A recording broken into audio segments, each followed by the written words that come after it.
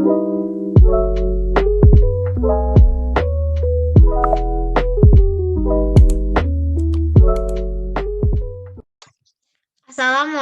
warahmatullahi wabarakatuh.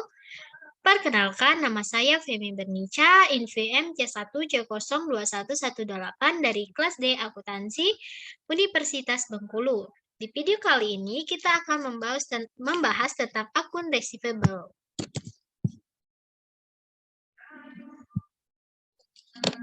Piutang. Piutang merupakan hak untuk menagih yang dimiliki perusahaan terhadap perusahaan lain untuk memperoleh jumlah uang, barang, ataupun jasa di masa yang akan datang. Piutang adalah bagian dari aset lancar. Mengapa piutang masuk ke aset? Karena ia akan memberikan manfaat. Buktinya, ketika piutang itu tertagih, maka akan memperoleh namanya kas. Kas itulah bukti dia memberikan manfaat. Piutang masuk ke aset lancar karena memberikan manfaat bagi perusahaan. Jangka waktunya kurang dari 1 tahun. Barang-barang seperti mobil, tanah, bangunan mempunyai substansi fisik, sedangkan piutang tidak memiliki substansi fisik. Bukti atau contoh memiliki piutang itu hanya dokumen atau bukti transaksi berupa manufaktur. Faktur penjualan itu yang menjelaskan Anda memiliki piutang. Jadi, faktur itu selembar kertas yang menjelaskan bahwa kita memiliki piutang. Piutang tidak mempunyai substansi fisik seperti mobil. Kalau mobil mempunyai bentuk bulat, bundar, sedangkan piutang tidak ada. Piutang wesel. Piutang wesel itu bentuknya adalah janji tertulis yang diterima dari pihak lain. Jadi bentuknya selembar dokumen, tetapi itu adalah aset karena dengan adanya faktur yang dimiliki atau menjual barang dagangan berhak untuk menagih. Piutang masuk ke aset keuangan. Aset keuangan adalah yang bentuknya kontrak atau yang disebut perjanjian yang akan meningkatkan aset perusahaan.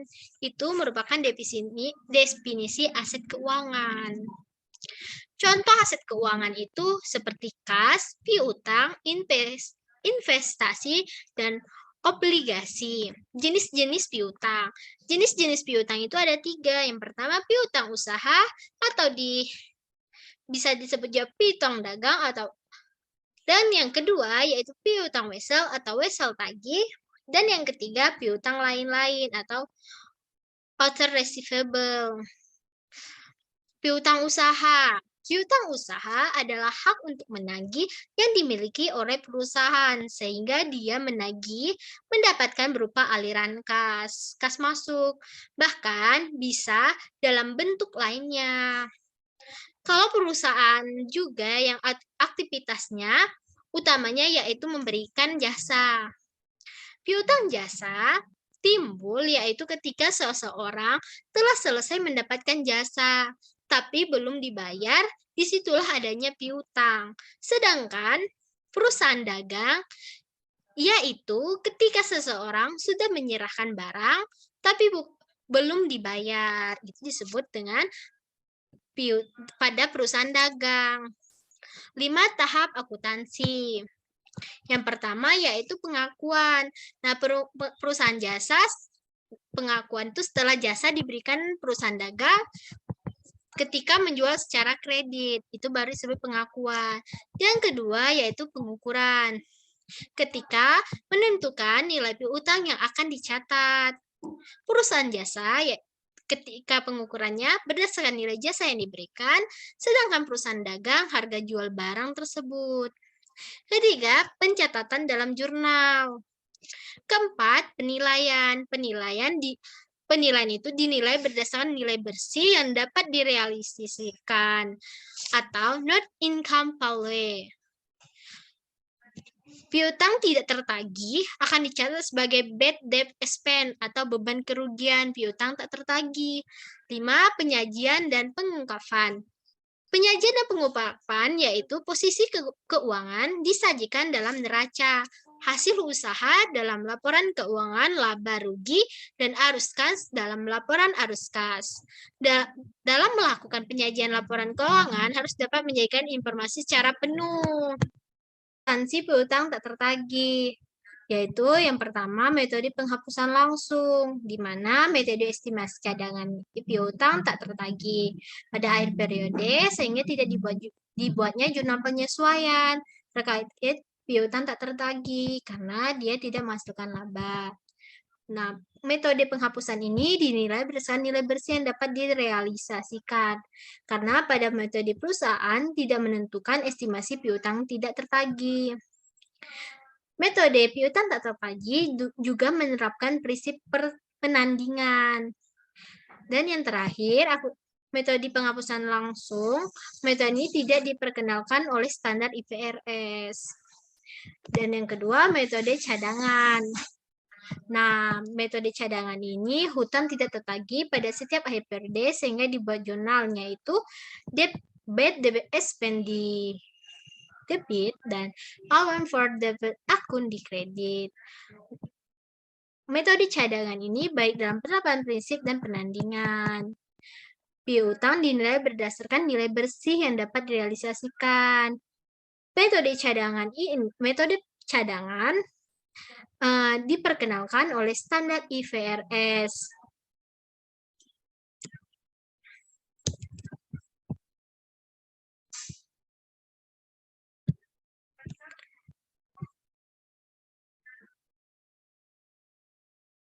Mel,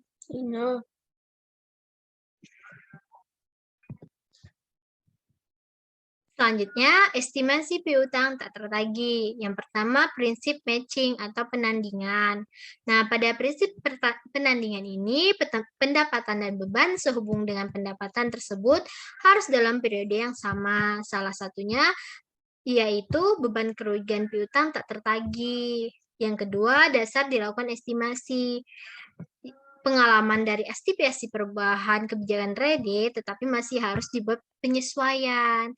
Yang ketiga, metode untuk menentukan estimasi cadangan piutang tak tertagih.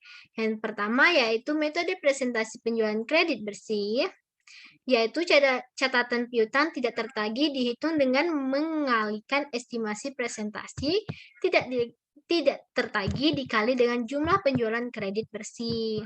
B. Metode presentasinya itu presentasi piutang. Pada metode ini, cadangan piutang tidak tertagih dihitung dengan mengalihkan estimasi piutang tidak tertagih dikalikan dengan jumlah piutang. Keempat, yaitu disposing of akun receivable atau penghapusan piutang. Pada penghapusan piutang, yaitu ketika pelanggan melunasi piutang tersebut. Kedua, piutang tak tertagih dihapuskan. Ketiga, anjak piutang.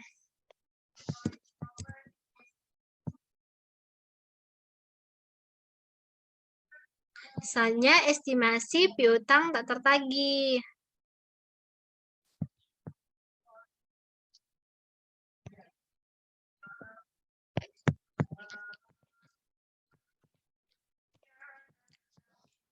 Jadi sih udah. Anjing. Wah.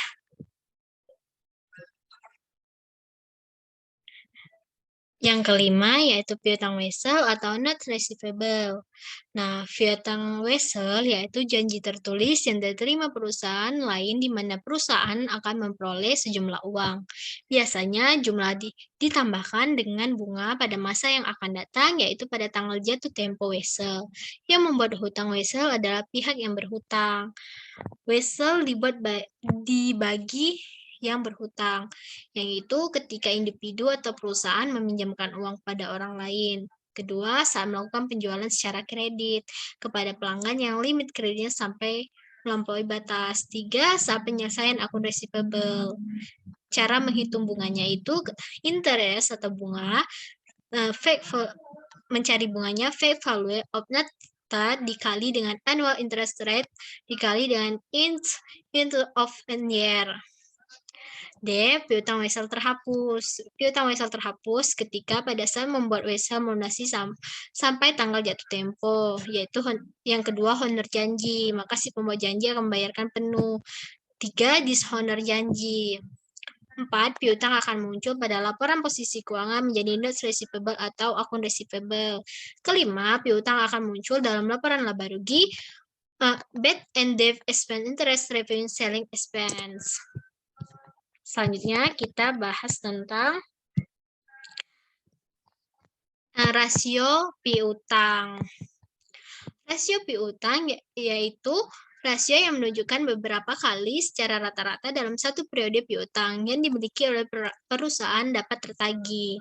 Untuk mencari rasionya itu, akun receivable sama dengan net credit sales dibagi dengan average akun receivable. Maka ditambahlah akun receivable. Untuk mencari average akun receivable yaitu piutang awal ditambah piutang akhir dibagi 2. Rata kedua yaitu rata-rata umur piutang atau biasa disebut dengan average collection period, yaitu beberapa kali secara rata-rata yang dibutuhkan perusahaan untuk menagih suatu piutang. Kedua, lebih bagus yang rendah atau singkat, hari yang jumlahnya singkat untuk menagih. Untuk mencari average collection period end year-nya yaitu D in the year dibagi dengan akun receivable turn. Nah, itulah penjelasan saya tentang akun receivable. Saya menyadari banyak sekali kesalahan. Saya juga dalam proses belajar. Kita belajar sama-sama. Saya tutup. Terima kasih sudah menonton. Saya tutup. Wassalamualaikum warahmatullahi wabarakatuh. We got history, got me feeling the nostalgia when you look at me.